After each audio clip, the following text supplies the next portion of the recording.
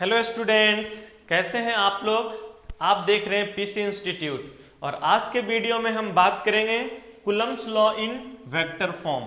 इससे पहले के वीडियो में कूलम्ब्स लॉ को हम पढ़ चुके हैं और उससे रिलेटेड न्यूमेरिकल्स को हम देख चुके हैं। तो आज के वीडियो में कूलम्ब्स लॉ को ही पढ़ेंगे, लेकिन इसको हम वेक्टर फॉर्म में समझेंगे।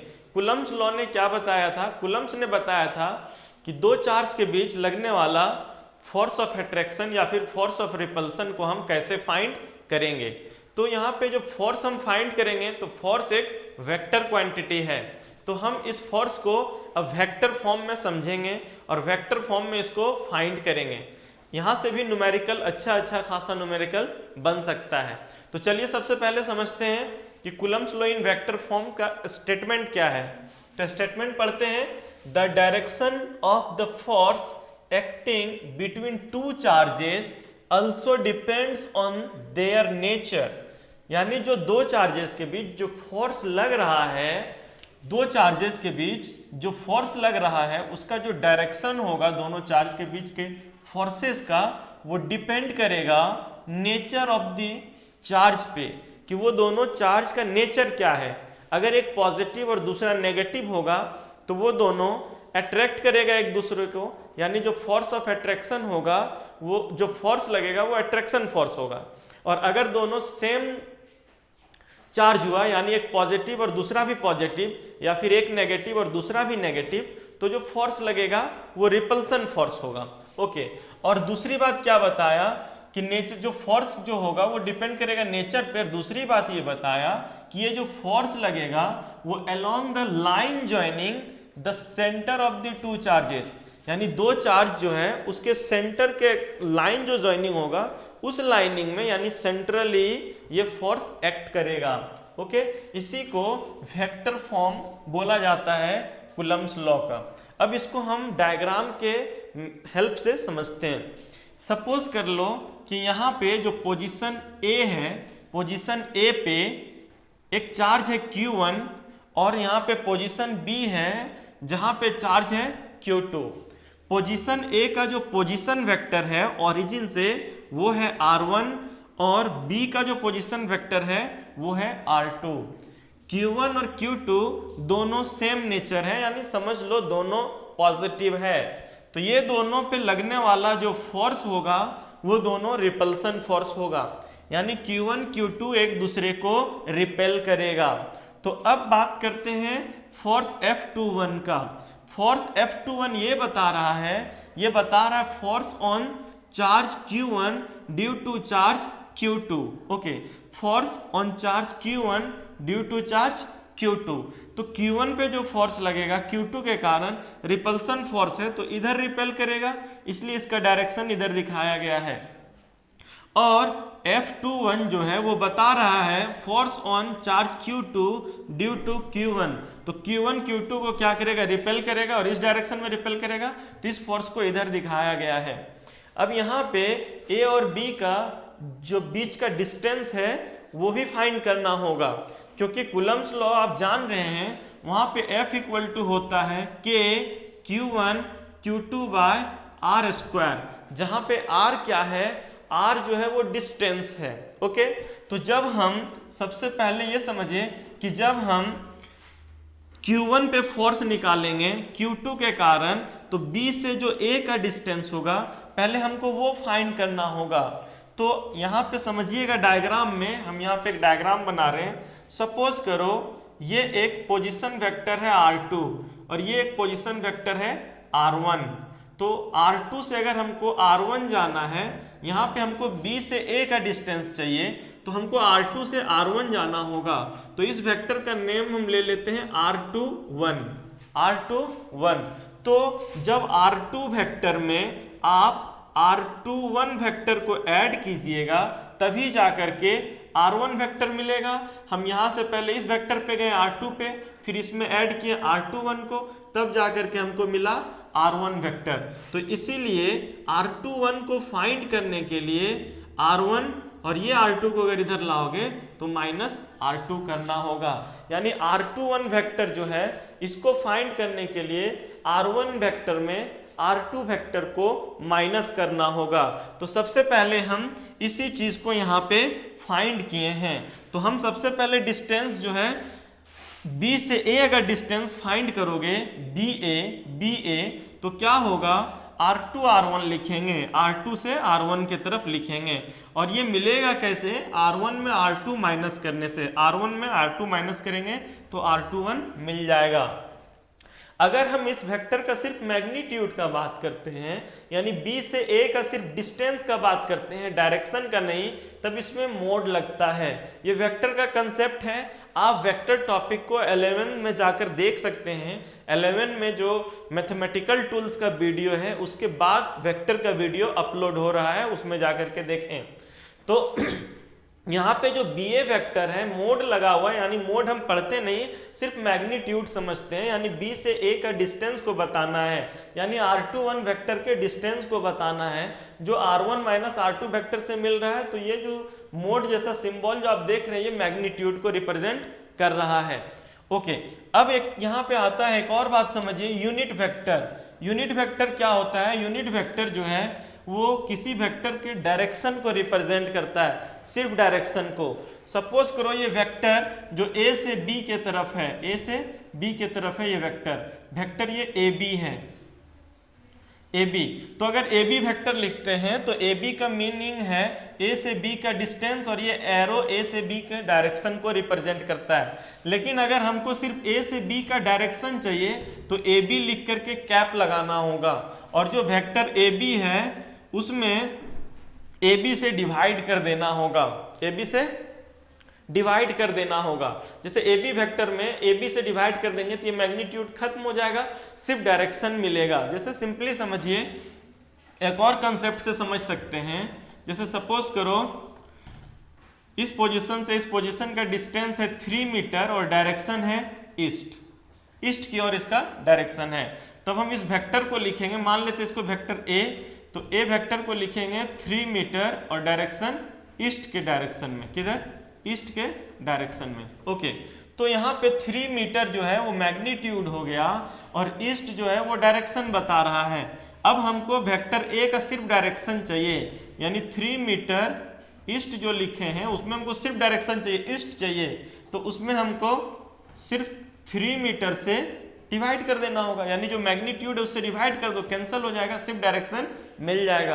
तो किसी वेक्टर का अगर हमको सिर्फ डायरेक्शन चाहिए तो उसके लिए हम यूनिट वेक्टर यूज करते हैं, और यूनिट वेक्टर जो है सिर्फ डायरेक्शन बताता है, और वो कब मिलता है, जब वेक्टर को उसके मैग्नीट्यूड से डिवाइड करते हैं। अब हमको B से A का डायरेक्शन चाहिए, B से A का डायरेक्शन चाहिए, यानी R2 से 1 के तरफ जो वेक्टर है उसका डायरेक्शन चाहिए। सिर्फ डायरेक्शन के लिए कैप लगाएं क्योंकि ये यूनिट वेक्टर है।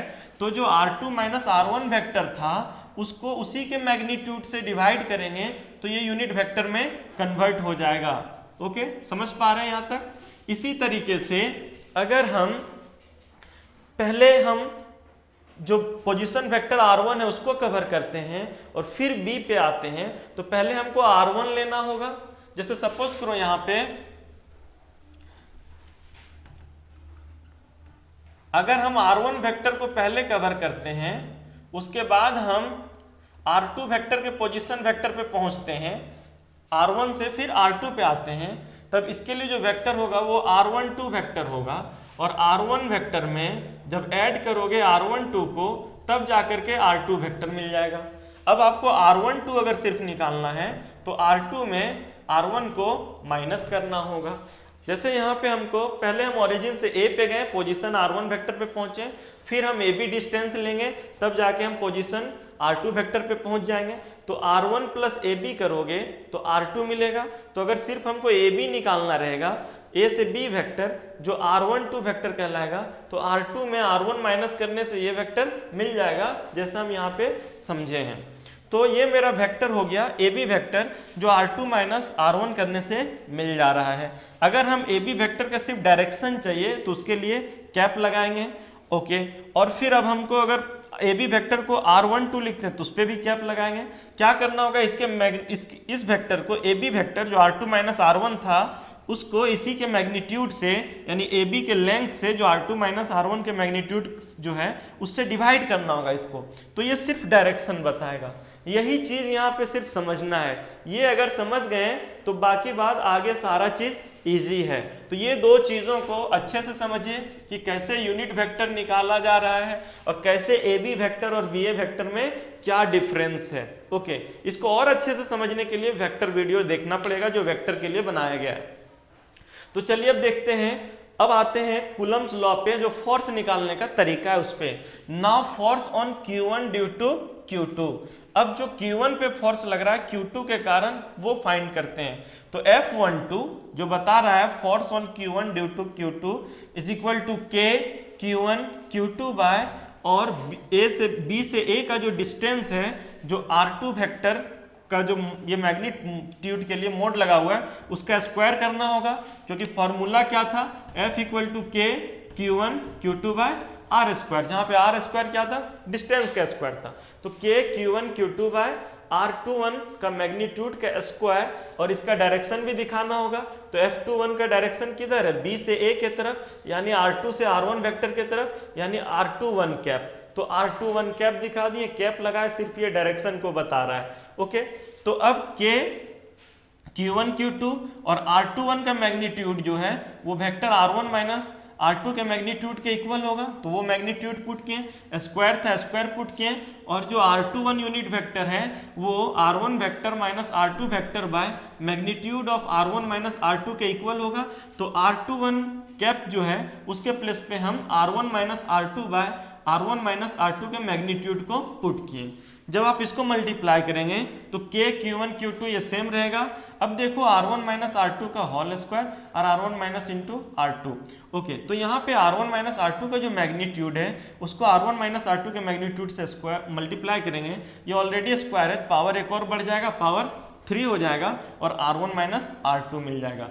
तो ये जो फोर्स का फॉर्मूला है ये कूलम्स लॉ से आया है, लेकिन ये वेक्टर फॉर्म में है, ये मैग्नीट्यूड के साथ साथ डायरेक्शन भी बता रहा है। कूलम्स लॉ ने जो फॉर्मूला दिया था वो सिर्फ मैग्नीट्यूड बताता था, उसमें कोई डायरेक्शन नहीं था, इसमें कोई एरो वगैरह नहीं लगा हुआ था, ये वेक्टर फॉर्म में है। इसी तरीके से जो Q2 पे फोर्स लग रहा है उसको फाइंड करेंगे, तो F21 लिखेंगे, force on Q2 due to Q1 क्या हो जाएगा, K Q1 Q2 बाय, अब जो डिस्टेंस लेना होगा वो A के कारण B पे फोर्स लग रहा है ना, तो A से B का डिस्टेंस लेना होगा। पहले हम B से A का डिस्टेंस लिए थे, दोनों डिस्टेंस तो सेम है लेकिन वेक्टर फॉर्म में ये अलग हो जाता है, क्योंकि ये दोनों का डायरेक्शन अलग है, मैग्नीट्यूड सेम है, डायरेक्शन अलग होने के कारण वेक्टर में AB वेक्टर और BA वेक्टर सेम नहीं होता है, अपोजिट वेक्टर होता है। इसलिए अब हमको डिस्टेंस A से B लेना है, और A से B को R12 वेक्टर से दिखाया गया है।